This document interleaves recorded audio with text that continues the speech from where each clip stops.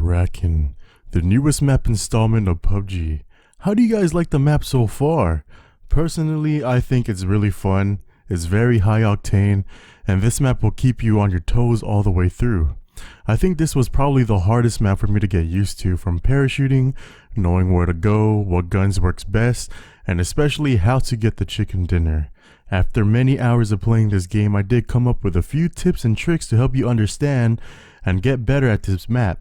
So I hope you all enjoy these tips on Karakin. If you guys enjoyed this, hit that like button, subscribe if you're new around here, and might as well hit that notification bell. It is greatly appreciated.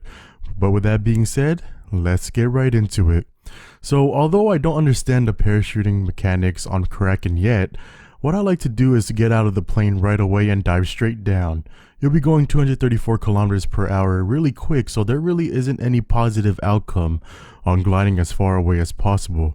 Since this map is very small, you're almost guaranteed to have at least one person that lands with you or near you.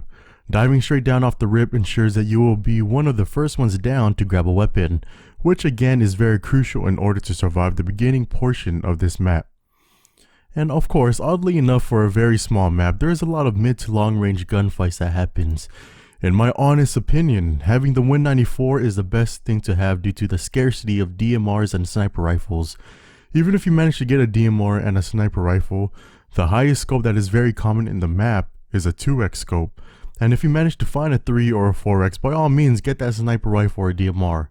But for a common spawn weapon, the Win 94 is your best bet for long range encounters due to it almost having the same type of damage as the K9 and having a 2.5 scope built into it. I personally always use the barrel as my main gun, but that's just because I'm so used to controlling the barrel, and the barrel is really good for close range encounters with its time to kill. And of course, the barrel is my favorite gun of all time on PUBG. It's better than AKM, don't at me. But of course, having a vector is the best for those close range encounters as well. And if you're not comfortable with your recoil control or anything like that, it's not hard to fully stack your M416 or your Scar L. Now, you're probably asking yourself, but Brent, isn't the loot spawns really scarce in this map? It's always hard for me to find first aids and boosters. I always have over 20 bandages only for my heals.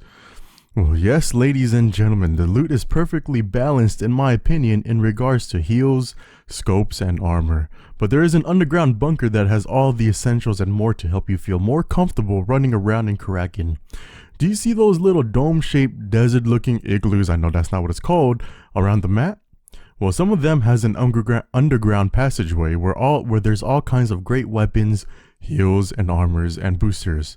Of course, not all of them has the underground passageway, but it's not hard to find one that does have one. I've been in the underground bunker for about 10 times now, and believe me when I say this, out of all those 10 times, 3 of them served me the chicken dinner due to being fully geared, and 9 times out of 10, I made it to the top 10 situation. I do always find a DMR or a sniper rifle down there, but again, I can't seem to find a high enough scope, so I usually stick with the Win 94 as my long range gun anyway, but it's really good for having first aids, level 2 backpack, level 2 gear, and everything like that. Now, since this map is so small, it's not hard to get from point A to point B, which point B is being inside the circle. Even if the circle is across the map from where you're located, it doesn't take a long time to just run to the circle. The best tip I have found and found the most success on is to always be at the edge of each and every single circle.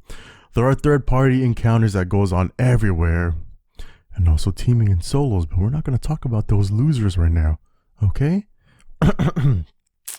Anyway, so hugging the blue or going with the circle helps out a lot because you have to focus mainly on what's in front of you.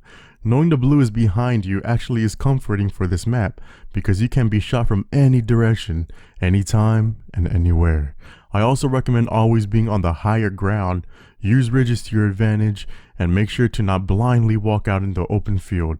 You might have gotten away with running out on the open field in the other maps, even in Sandhawk, but in Karakin, it's a different beast on its own. You actually have to be smart in your placement of the map. Karakin is one of those maps where it tests your skills on your recoil control and how to outsmart the enemy player in a faster pace. I thought just playing aggressive to high hell was the best way to play this map, but I find myself rushing in a tactical more slow-paced manner than any of the other maps. Remember, ladies and gentlemen, these tips won't help you get 100% chicken dinners, but this is a guide to help you understand the map more thoroughly for you to come up with a strategy yourself to better fend yourself in this game. Remember to stay alert in the battlegrounds and use each of your resources, like pick up stuns, Molotov, smoke grenades, pick up whatever tactical equipment you can find.